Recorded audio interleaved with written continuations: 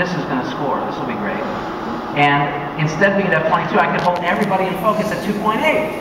Well, that's pretty cool, right? That's pretty awesome. That gives me a lot of freedom. Except that even with that, the heads were a little bit bigger and smaller. This is before I knew that well, I had like a big bison head. This is just my kids. And I couldn't get everybody the same size. So it's fun to play around with stuff, right? Can make, you know, the teleconverters that make your lens a longer lens, like a 1.5x or that 2x, which is the standard one. So I have those, and I never used them on the tilt shift. I figured, what the hell? I'll try it. I mean, maybe it's totally screwy. It's only adding like 70 more pieces of glass, but I don't know, I'll try it. So I stuck it on there and put the 90 on. And so I had a 180 millimeter 2.8 tilt shift lens. And that sucker was great. And it allowed me to keep the heads the exact same size. It allowed me to shoot at a really pretty wide open f-stop, which is what I want. And that's something I could never have done before with film on a 4x5. And if I said never. So it's that kind of stuff that really won me over. This is the inside picture that ran in the magazine. Won't really place the camera. He's good. He never takes his shades off though, right? I remember the Onion. You know the Onion, the newspaper? They did a thing on him like 5 years ago. It was a cover story, and he says, "I will pose as many times as it takes with my sunglasses on for every cause that's important."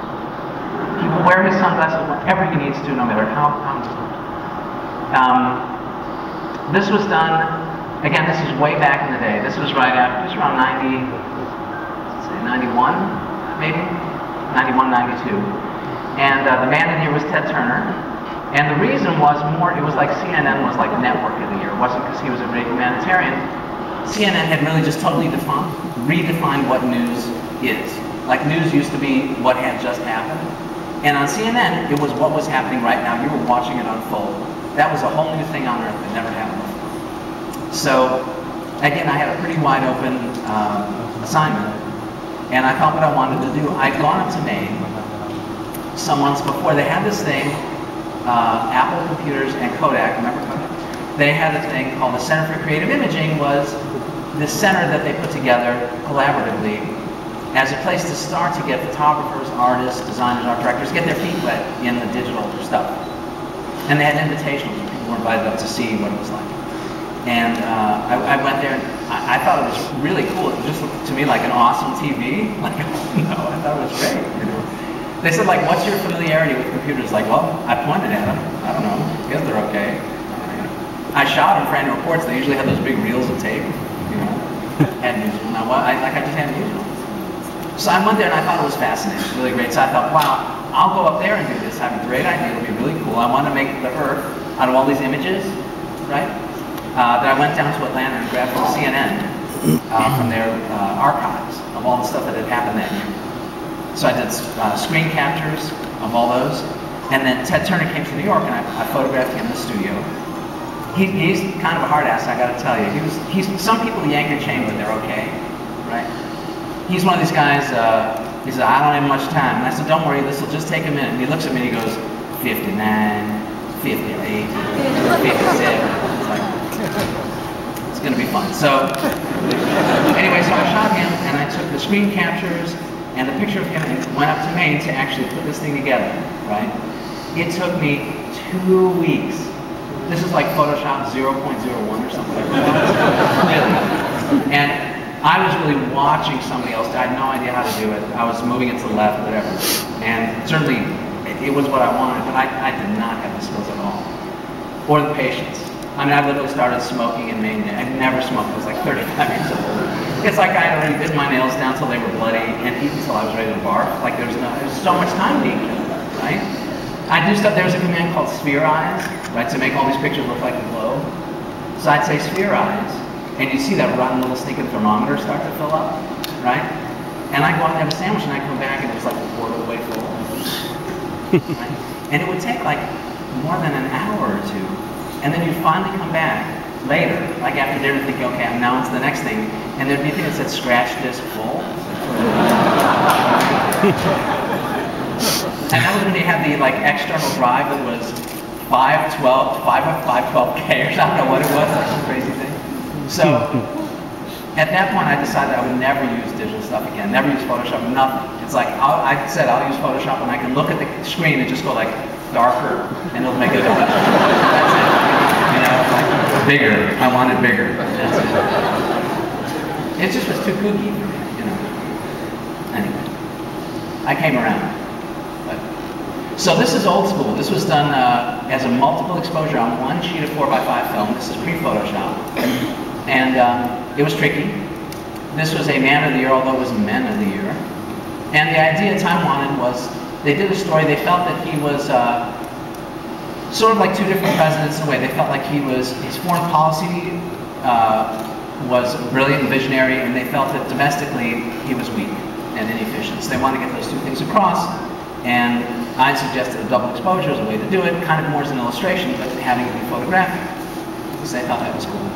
So I went back to my studio, and it took quite a while, a couple of days, to figure it out. Because from a lighting standpoint, the light has to fall off of one picture just when the other picture is picking up, so his head looks like one piece of meat, basically, like one thing. And it's tricky. It is really tricky. And there's no retouching this at all. It's straight. And so I got it figured out in my studio, 2 cameras. And then I found out how big the room was that we were going to be shooting in the White House, on the map room. And in my studio, I'm big on making things very exact. We took very precise measurements. The lights and the cameras, how far and how big, and f-stops and all that stuff. Made diagrams. And then when we went down to DC, we rented the studio and actually put seamless paper on the floor to the dimensions of that room, the map room. And then we reset up what I'd done in New York to see if it matched, which it did. And then we just took a Sharpie and drew lines around all of our equipment on the floor, on the paper. It's like, you know, those guys in their garage, they have like all the hammers outlined on the pegboard, like that. I love it, I'm all about that. So, that's what we did, because I've been to the White House before, and you'll say, oh, I need 2 hours, and they say, no problem, but between like the bomb-sniffing dogs and the x-rays and stuff, you can end up with 15 minutes, which for me is a nightmare, because I'm very careful about my setup. So I want to be sure I'll be okay. So we actually took the seamless paper, rolled it up, and brought it with us the next day.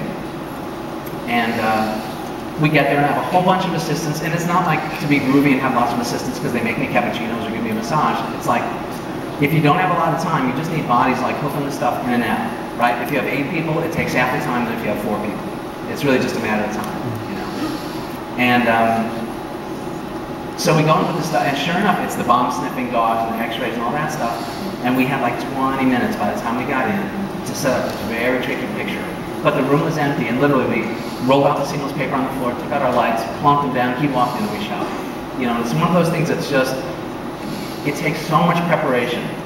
But then the thing goes really smoothly. That's what it was, is the finished picture. And actually, I went back there, I don't know, like 3 years later, or something like that. Oh, no, it was 3 months later, I'm sorry. I had an assignment from the LA Times to photograph him. And I went, and I met the writer there. Usually I don't work with the writer, usually we work separately. It just never works out that way. But he was there. So we met at the front gate, and this was kind of a looser, lighter kind of a job. Just almost more just reportage-like, just one light, really simple. But I go in, and at the gate, the security guard there says, I give him my driver's license, and he says, I'm not showing that you're cleared to come in, sir. I can't let you through. And I was really surprised, because it's not like I'm a regular at the White House, but I've shot James Baker and Mrs. Bush and Sununu, all these different people. I've been there a few times. And I said, are you sure? Do you mind just checking? Again, like I'm supposed to be here. I think it should be okay. And he said, well, I'll run it again, sir. I'm not sure. And he took it. He said, sir, your clearance has been pulled. You can't get through.